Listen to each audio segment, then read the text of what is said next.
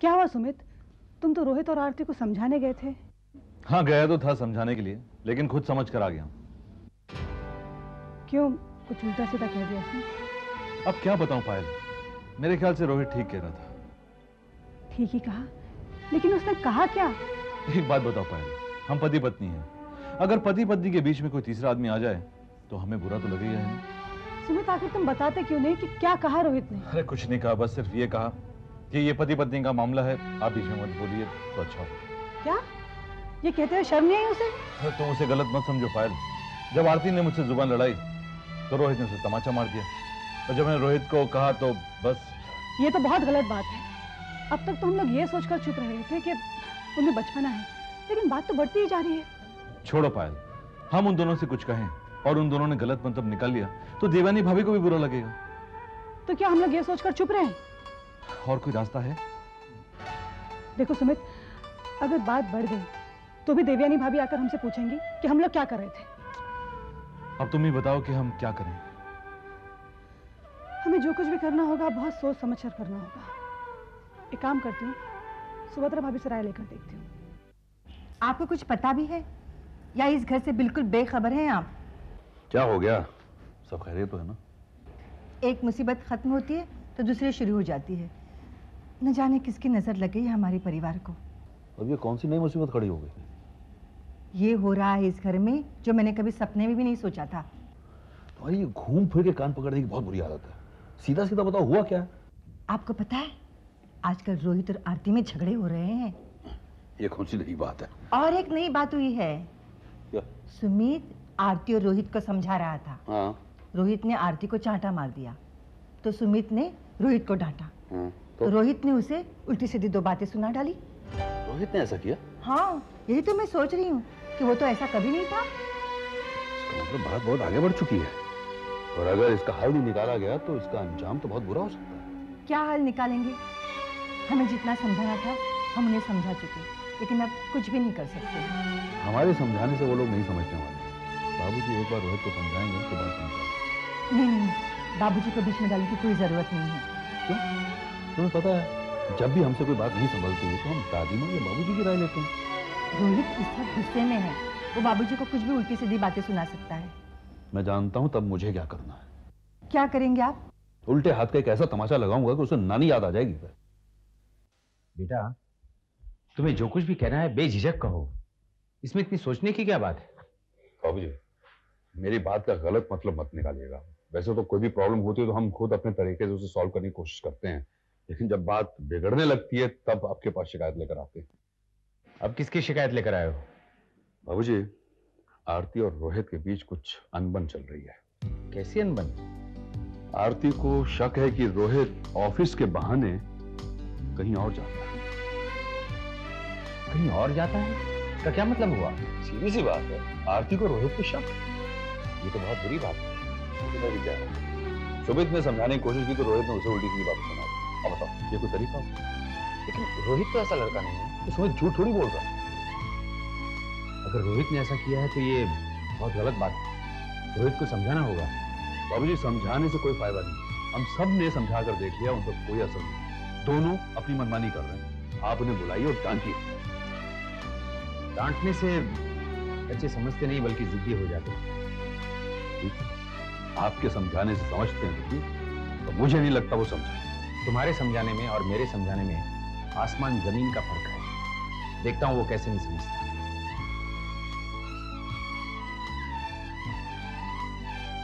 जी, आपने मुझे बुलाया? हाँ रोहित बेटे, तुम्हारे पिता के देहांत के बाद तुम हमारे साथ इस घर में रहने आए। ऐसा समझ लो कि हमने तुम्हें गोद ही लिया है। उस हिसाब से तुम हमारे बेटे हुए ना? हाँ बाबूजी। तो रोहित बेटे, अब मैं तुम्हें जो कुछ भी कहता हूं वो बात ध्यान से सुनो, उसे अपने दिमाग में बिठाओ और उसे अमल करो। बाबूजी, आज तक आपकी किसी बात को ठुकराया है जो अब ठुकराऊंगा? आप कहिए तो सही।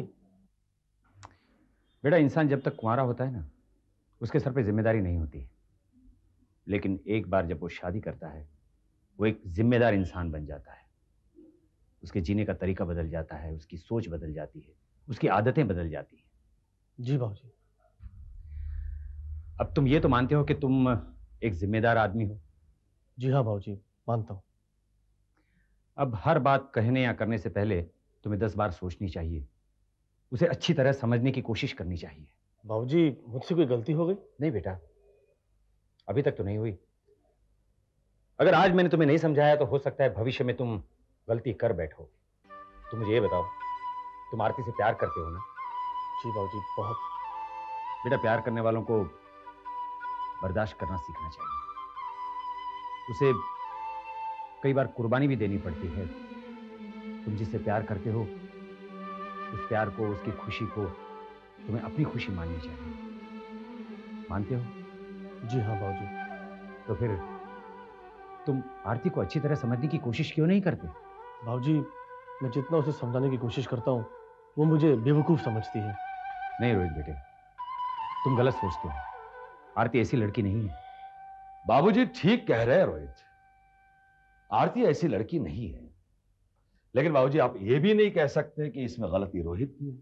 अगर देखा जाए तो रोहित की भी कोई गलती नहीं है। प्लीज मिस्टर राज, बेहतर होगा कि आप बीच में मत बोलें।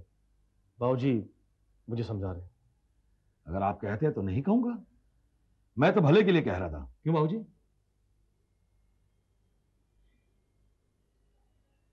फिलहाल तो मैं रोहित को समझाने की कोशिश कर रहा हूं। मुझे लगता है कि वो समझ गया होगा। अब उसे ज्यादा समझाने की जरूरत नहीं है। मैं जानता हूं कि आप मुझसे नाराज हैं। मैंने सुमित चाचा को बुरा भला कहा। चाची, आप मुझसे बात नहीं करेंगी? रोहित, मुझे तो डर लग रहा है कि कहीं मैं तुमसे कुछ कहूं तो तुम मुझे उल्टा ये नहीं कह दो कि मैं होती कौन हूं तुम्हारे बीच में बोलने वाली।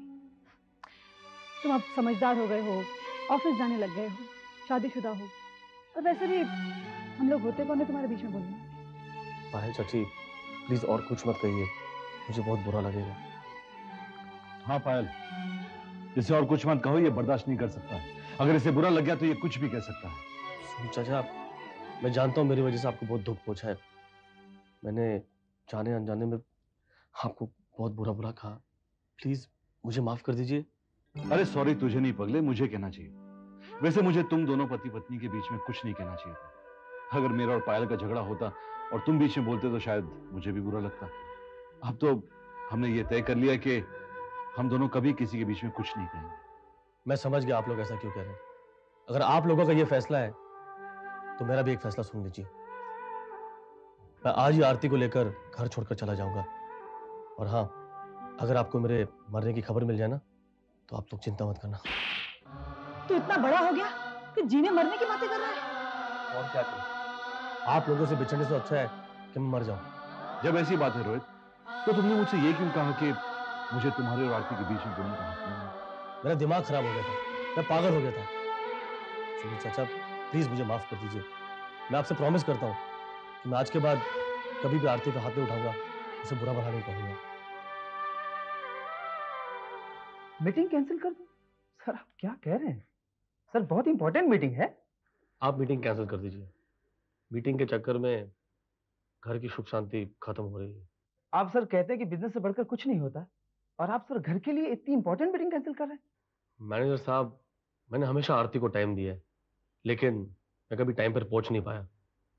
इसी वजह से आरती और मेरा झगड़ा भी हुआ। बाकी घर वालों ने मुझे डांटा भी।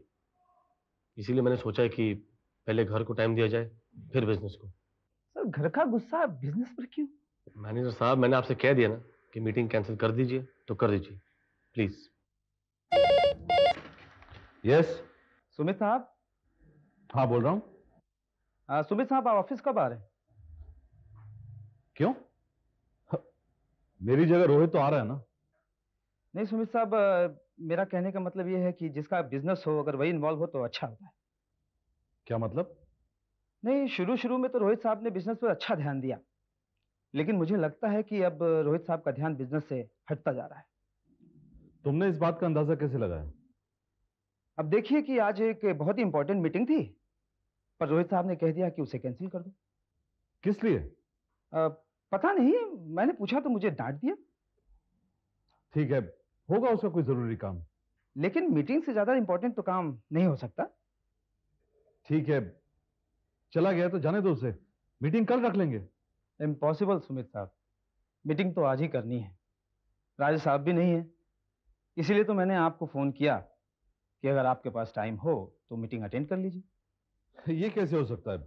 मीटिंग तो रोहित को अटेंड करनी है। क्या प्रोजेक्ट है, क्या डिस्कस करना है, मुझे तो कुछ पता ही नहीं है।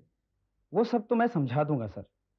कोई जरूरत नहीं है, मैं मीटिंग नहीं अटेंड कर सकता।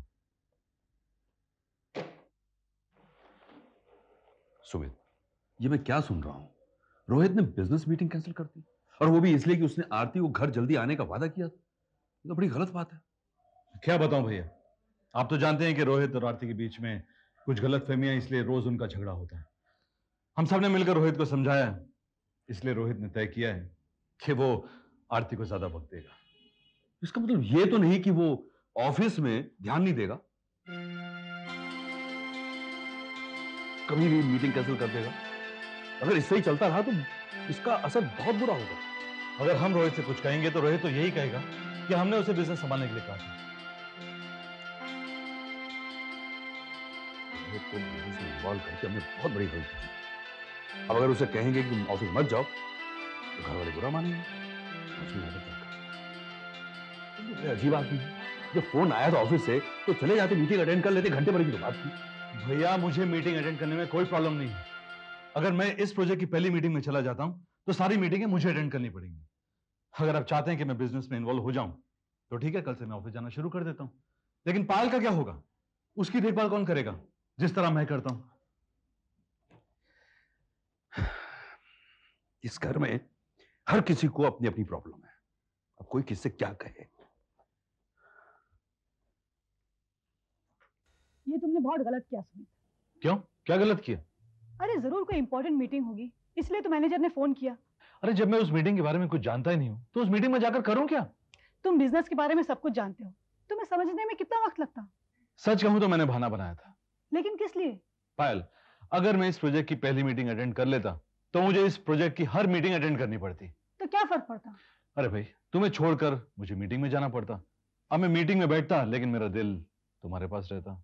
मैं यहाँ काम की बात कर रही हूँ, बिजनेस की बात कर रही हूँ, और तुमने रोमांटिक बातें करनी शुरू कर दी। अरे छोड़ो पायल बिजनेस और मीटिंग की बातें। तुम्हारे बहाने मुझे तुमसे रोमांस करने का मौका मिलता है, और इससे ज्यादा मुझे चाहिए भी क्या? मैं जानती हूँ ये सब तुम मेरा दिल रखने के लिए कह रहे हो, वरना मेरी ऐसी हालत में तुम मुझसे क्या रोमांस करोगे? तुमसे कहा है ना कि तुम इस तरह की बातें नहीं करोगे। तुम बार बार ऐसी बातें कर कर क्यों मुझे दुखी करती हो? ठीक है, आइंदा नहीं कहूंगी। अपने दिल का बोझ तुम्हें कहकर अपना दिल हल्का नहीं करूंगी। अपने सारे गम, अपने सारे दर्द अपने सीने में ही छुपा कर रखूंगी। हाँ हाँ, मत कहना, और मैं भी नहीं सुनना चाहता। मैं भी तुम्हारी ये बातें सुनकर परेशान हो चुका हूं। हमेशा मायूसी की बातें, दुख दर्द की बातें। अगर तुम ऐसा करोगी तो तुम जिंदगी भर ठीक नहीं हो सकती, हमेशा अपाहिज रहोगी। आ गया ना सर जुबान पर। मैं भी तुमसे यही कह जा रही हूँ कि मैं अब कभी भी ठीक नहीं होंगी, जिंदगी भर अपाहिज रहूंगी। लेकिन आज तुमने सच कहकर मेरा जीना आसान कर दिया। अब कम से कम झूठी उम्मीद पर तो नहीं जीऊंगी। Payal, I am really very sorry. मैं ये कहना नहीं चाहता, लेकिन गुस्से में ये सब कुछ निकल गया। दरअसल मैं तुम्हारे मुंह से नाउमीदी की बातें नहीं सुन सकता। इसमें सॉरी कहने की कोई जरूरत नहीं। मैं तो खुश हूं कि तुमने कम से कम हकीकत तो बयान कर दी। पायल, तुम मेरी बात का बुरा मत मानो। मैंने तो गुस्से में ये सब कह दिया है। तुम बहुत जल्द ठीक हो जाओगी, सच कह रहा हूं, तुम बहुत जल्द ठीक हो जाओगी। अरे ये डॉक्टर तो झूठे हैं, ये खुदा थोड़ी है। पायल, मेरा भरोसा करो, तुम बहुत जल्द चलने फिरने लगोगी, और मैं तुम्हें ये बिस्तर पर जिंदगी भर के लिए नहीं रहने दूंगा। मैं सच कह रहा हूं पायल, मैं सच कह रहा हूं। समझ में नहीं आ रहा मैं कौन सी तरफ जाऊं। एक तरफ घर है, एक तरफ ऑफिस। रोहित, तुम्हें दोनों तरफ ध्यान देना होगा। मैं दोनों तरफ ही ध्यान दे रहा हूँ चाची, लेकिन तो बिजनेस पे ज्यादा ध्यान देना पड़ेगा ना। मैं तुम्हारी बात समझ रही हूँ, लेकिन तुम उस बेचारी के बारे में तो सोचो। वो तुमसे कितना प्यार करती है, इसलिए वो तुम्हारा इंतजार करती रहती है। वो चाहती है कि तुम उसके साथ ज्यादा से ज्यादा वक्त गुजारो। तो आप क्या चाहते हैं कि मैं बिजनेस को भूल जाऊं? ये कौन कह रहा है तुमसे? मैं तो सिर्फ एक ही बात जानता हूँ कि पत्नी वही जो पति की बात को माने, ये नहीं कि वो अपने बारे में और अपने घर के बारे में हमेशा सोचती रहे और ये उम्मीद करे कि पति उसके लिए सब कुछ त्याग दे। ऐसी पत्नी का प्यार प्यार नहीं, जहर होता है। पत्नी का फर्ज है पति के कंधे से कंधे मिलाकर चले, उसके काम में, उसकी तरक्की में उसकी मदद करे। पत्नी के बगैर पति कुछ भी नहीं है। शुक्र है तुम इतना समझते हो, लेकिन ये बात आरती को समझना चाहिए ना। इसी बात पे तो झगड़ा है। अगर वो ये बात समझ जाए तो सारे झगड़े खत्म हो जाएंगे। तुम फिक्र मत करो रोहित, वो एक ना एक दिन जरूर समझ जाएगी। आखिर कब समझेगी? गलती सब आरती की है। आखिर समझाया मुझे जाता है, आज बाबूजी ने मुझे समझाया। वो इसलिए क्योंकि तुम समझदार हो और वो ना समझ है। वो सिर्फ अपनी खुशी सोच रही है। यही तो गलत है। जरा सोचो पाए, ऐसे ही होता रहा तो रोहित पर क्या गुजरेगी? हर तरह से तो समझा के देख लिया, अब और कैसे समझाए? चाची, अब उसे समझाने की जरूरत नहीं है। उसे आप लोगों ने जितना समझाना था समझा दिया। अब उसे मैं समझाऊंगा और उसे कैसे समझाना है ये मैं ही जानता हूँ। ये बात मेरे दिमाग में आ गई।